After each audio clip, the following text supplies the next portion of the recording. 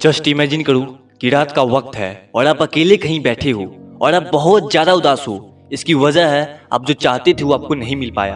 यानी कि आप सपने तो बहुत देखते थे, आसमान छूने की सपना देखते थे आप, परंतु सक्सेस को अचीव करने के लिए कुछ नहीं कर रहे थे। You know that you have talent, आपका भी एक है ऐशो आराम की जिंदगी जीने का, परंतु आज आप एक बेरोजगारी वाली जिंदगी जी रहे हो। दिन तो आपकी जैसे तैसे कट ही जाती होगी, पर जो आप रात में अफसोस के आंसू से तकिया तक गीला कर देते हो। बनना तो आप बहुत कुछ चाहते थे, परंतु कोशिश किसी एक के खातिर भी नहीं कर रहे थे। कभी कभी ये सोचते हैं कि कोई मिरेकल होगा और मैं रातों रात स्टार बन जाऊंगा और मेरे पास बहुत सारी पैसे होंगे। सक्सेस किसको अच्छी नहीं लगती है, परंतु मेहनत करना कोई नहीं चाहता। आज आप एक ऐसी एज में आ चुके हो जिसे एडल्ट कहते हैं। इस एज में आने के बाद आपसे कोई ये नहीं पूछ रहा है कि आपके मार्क्स कितने हैं या कितने गर्लफ्रेंड्स हैं, बल्कि अब आपसे सब ये पूछ रहे हैं कि आपकी औकात क्या है। और अब आप खुद को बर्बाद होता देख रहे हो। आए दिन आपके कानों में एक खबर आती है कि शर्मा जी के बेटे की सरकारी नौकरी लग गई। आपके जो कोचिंग का फ्रेंड था उसने बिजनेस के बदौलत नई गाड़ियां ली, नया घर बनाया। आपका जो बेस्ट फ्रेंड था वो सॉफ्टवेयर इंजीनियर बन गया। जब भी ऐसी कोई खबर आप सुनते हो तो आप अंदर ही अंदर घुट रहे होते हो और आप ये सोचते हो कि आप इन लोगों से कितने पीछे छूट गए और अंत में आपने एक प्राइवेट जॉब कर ली। समय बीतता गया। अब आप एक ऐसी एज में आ चुके हो जब आपको चलने फिरने के लिए किसी स्ट्रिंग या रेड बुल की जरूरत नहीं पड़ रही है, बल्कि अब आपको एक लाठी की जरूरत पड़ रही है। अब आता है इस कहानी का मेन टर्न पॉइंट। आपकी जिंदगी की कहानी ऑलमोस्ट यहीं पर खत्म हो जाएगी। आप बेड पर पड़े पड़े सोचोगे कि लोग कितने स्वार्थी हैं। जब मैं उनके काम आता था तो वो लोग कितने मेरे पास रहा करते थे। आज मेरे पास पैसे नहीं है तो कोई मेरा हाल समाचार तक पूछने नहीं आता। अब आप वापस किशोर अवस्था में जाना चाहोगे, 15 से 30 के बीच की उम्र में मेहनत करना चाहोगे, क्योंकि तब आपको जिंदगी जीने का असली मकसद पता चल चुका होगा। तब आपको पता चलेगा कि आप फालतू के लाइक्स, कमेंट्स और सोशल मीडिया के चक्कर में खुद को कैसे भूल गए थे। तब आपको जवाब मिल चुका होगा कि आपने अपने सपने को पूरा क्यों नहीं कर पाए, क्यों आप अपने सपनों की गाड़ी नहीं खरीद पाए, क्यों आप अमीर नहीं बन पाए, क्यों आप ऐशो आराम की जिंदगी नहीं बिता पाए, क्यों आपके सपने सिर्फ सपने बनकर रह गए। तब आपको पता चलेगा कि आप जिस गरीबी में जन्म लिए थे उसी गरीबी में मर रहे हो। और कुछ ही दिनों में ऐसा वक्त आ जाएगा जब आपका शरीर चाहकर भी आपका साथ नहीं दे पाएगा और आप इस दुनिया को हमेशा हमेशा के लिए अलविदा कहकर इस दुनिया से चले जाओगे। तब ये दुनिया आपके बिना भी वैसे ही चलेगी। आपके बिना ही ये दुनिया उगते हुए सूर्य को देखेगा।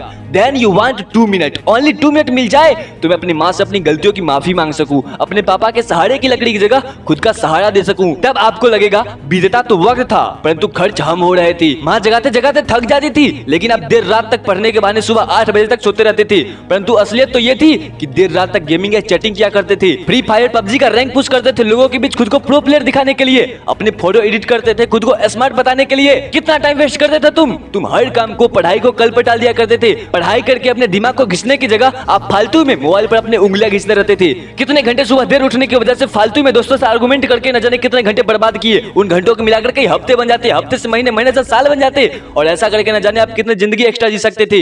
अपने माँ बाप को कहीं घुमाने ले जा सकते थे। अब मरने के बाद 1 मिनट तो क्या, 1 माइक्रो सेकंड भी नहीं मिल सकती आपको, क्योंकि जिंदगी में कितने ही साल पहले मिल चुके थे आपको।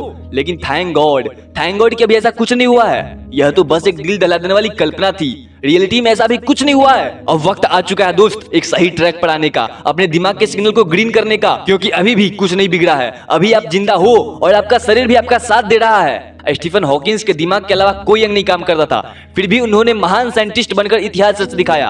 अगर आपको लगता है कि आपके पास किसी वस्तु की कमी है, आप गरीब हो या इस सिस्टम में ही कुछ कमी है, तो ब्रो एक बार हमारे बाबा साहब भीमराव अंबेडकर को याद कर लेना। इतने गरीबी के बावजूद भी, कोई सिस्टम ना होने के बावजूद भी आज करोड़ों लोगों का मसीहा बनकर अमर हो गए। आपकी फैमिली अब भी आपके सक्सेस होने का वेट कर रही है। आपका दिल अब भी आपके सक्सेस होने का वेट कर रही है। आपके हाथों की घड़ी अब भी आपको वो दिन दिखाने का वेट कर रहा है जब आप एक चमचमाती ब्लैक मर्सिडीज गाड़ी से उसके सामने आओगे जो आपको कभी मेहनत करने वाला ढोंगी कहा था, बेइज्जती किया था आपका। तब वो लोग आपके सक्सेस स्टोरी सुनकर दंग रह जाएंगे। सुबह होते ही आपकी एक अपना फोन खोलेगी, उसके फोन का पहला नोटिफिकेशन आएगा जो आपके सक्सेस के बारे में होगा, और वो भी किसी न्यूज एप्लीकेशन के थ्रू। दोस्त हर कहानी में एक हीरो होता है और वो हीरो तब कहलाता है जब अपने सामने खड़ी चुनौतियों को पार कर सके।